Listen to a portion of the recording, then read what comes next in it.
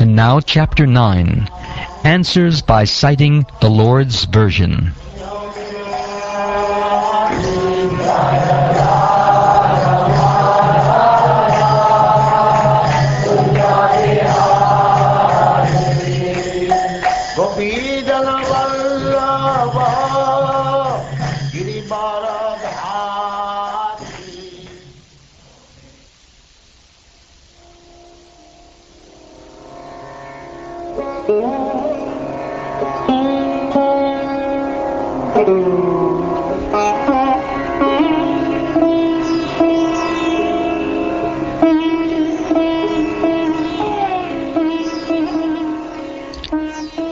Sri Shukdev Goswami said, O King, unless one is influenced by the energy of the Supreme Personality of Godhead, there is no meaning to the relationship of the pure soul in pure consciousness with the material body.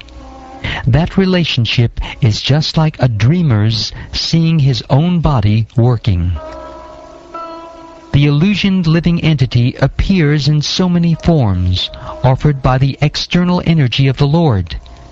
While enjoying in the modes of material nature, the encaged living entity misconceives, thinking in terms of I and mine. As soon as the living entity becomes situated in his constitutional glory and begins to enjoy the transcendence beyond time and material energy, he at once gives up the two misconceptions of life, I and mine, and thus becomes fully manifested as the pure Self.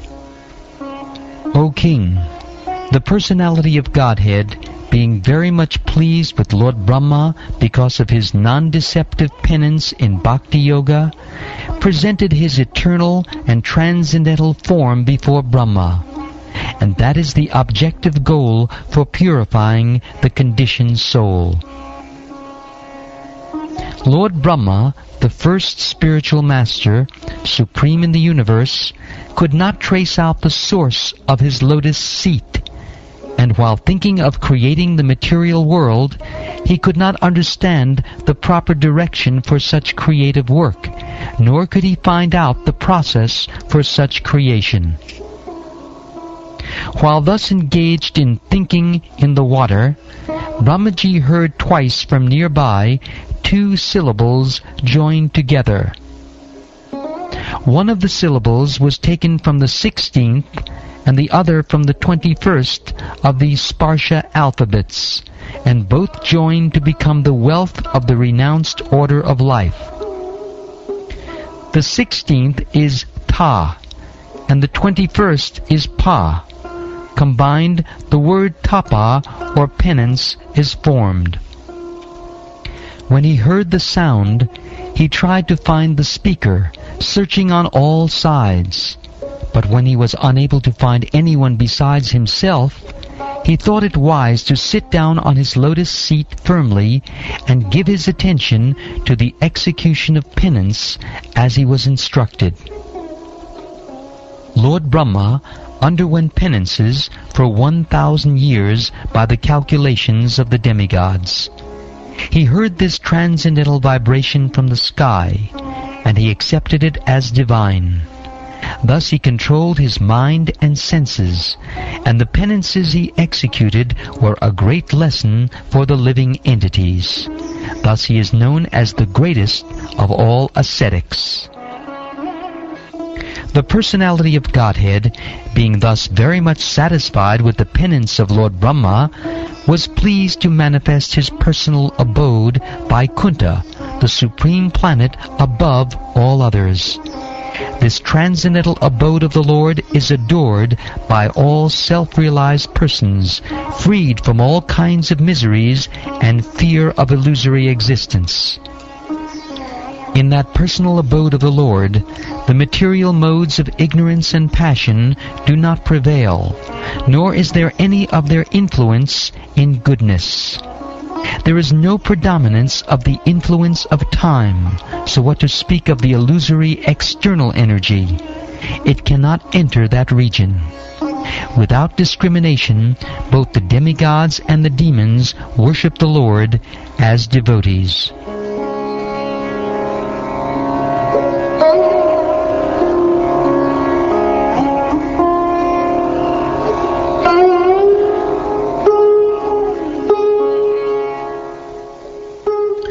The inhabitants of the Vaikuntha planets are described as having a glowing sky-bluish complexion. Their eyes resemble lotus flowers. Their dress is of yellowish color, and their bodily features very attractive. They are just the age of growing youths. They all have 4 hands. They are all nicely decorated with pearl necklaces, with ornamental medallions, and they all appear to be effulgent. Some of them are effulgent like coral and diamonds in complexion, and have garlands on their heads blooming like lotus flowers, and some wear earrings. The Vaikuntha planets are also surrounded by various airplanes, all glowing and brilliantly situated. These airplanes belong to the great Mahatmas or devotees of the Lord. The ladies are as beautiful as lightning because of their celestial complexions, and all these combined together appear just like the sky decorated with both clouds and lightning. The goddess of fortune in her transcendental form is engaged in the loving service of the Lord's lotus feet, and being moved by the black bees, followers of spring, she is not only engaged in variegated pleasure, service to the Lord, along with her constant companions, but is also engaged in singing the glories of the Lord's activities.